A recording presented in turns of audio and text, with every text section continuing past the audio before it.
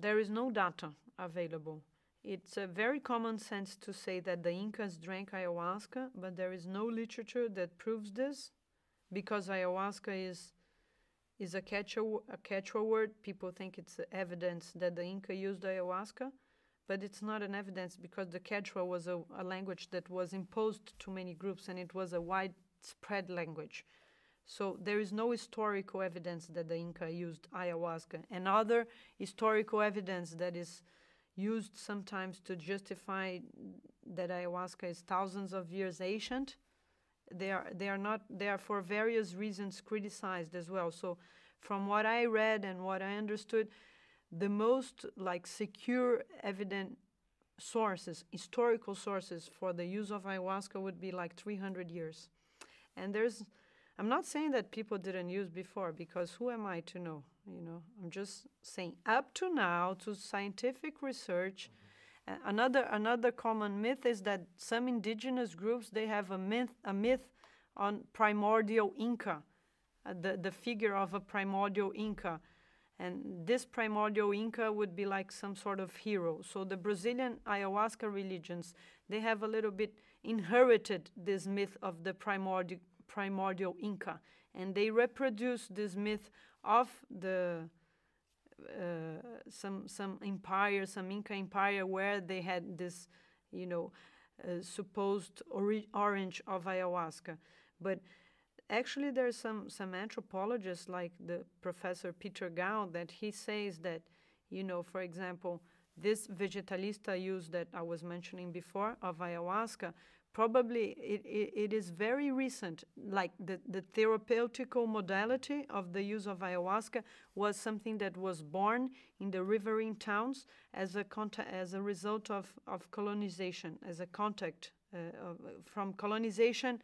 And the contact with the natives brought up this kind of mestizo use of ayahuasca. And his theory suggests this, although there is not also much historical data to prove it, that this mestizo therapeutic uses of ayahuasca born in the colonial towns in this context of contact were afterwards exported back to the jungles. And the native shamans adopted these syncretic modalities of the use of ayahuasca. So according to this theory, these uses that we go there to indigenous people and we say, look, this is the proof that they are using it from ages, But then it would not be really like that, because these groups actually were their actual current use of ayahuasca in this form, this therapeutic version, would be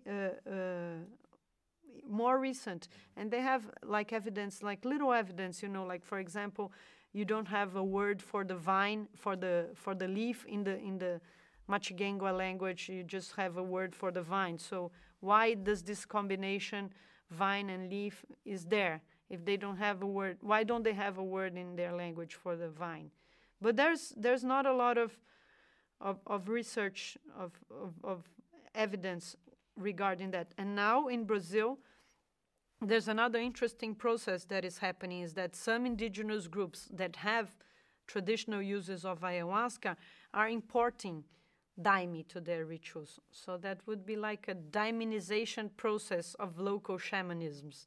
And then now you have combined versions, for example, the Kaxinawa, which I have more relationship to because I have this great friend, this Leopardo or Jauabane Huniquim, that is my close friend, and he's living in São Paulo, and I always drink ayahuasca with him.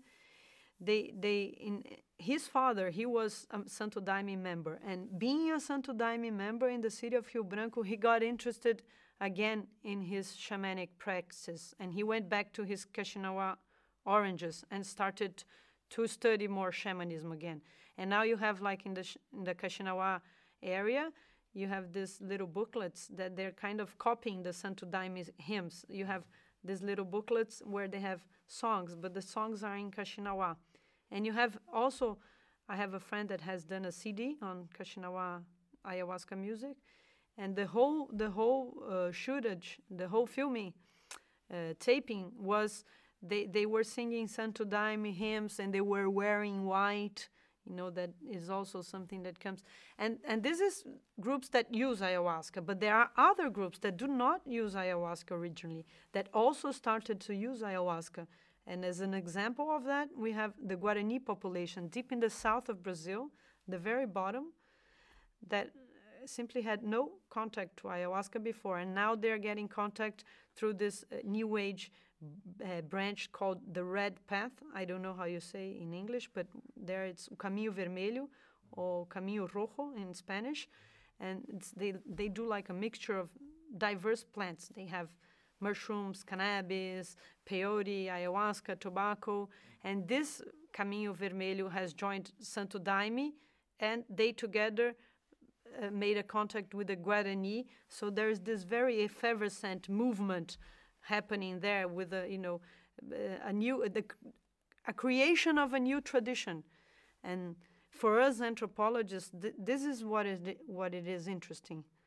We are not so much interested in finding the orange of the tradition and pointing out, is this a tradition or not?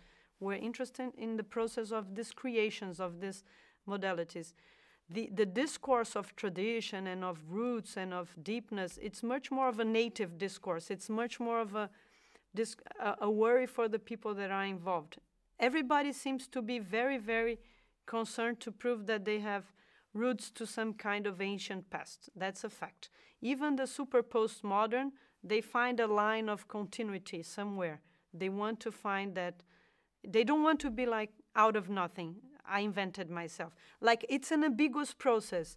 Generally, people criticize tradition, and they have, they say why they overcome, and their version is better and what they have improved, but they don't want to be completely cut off the line of tradition.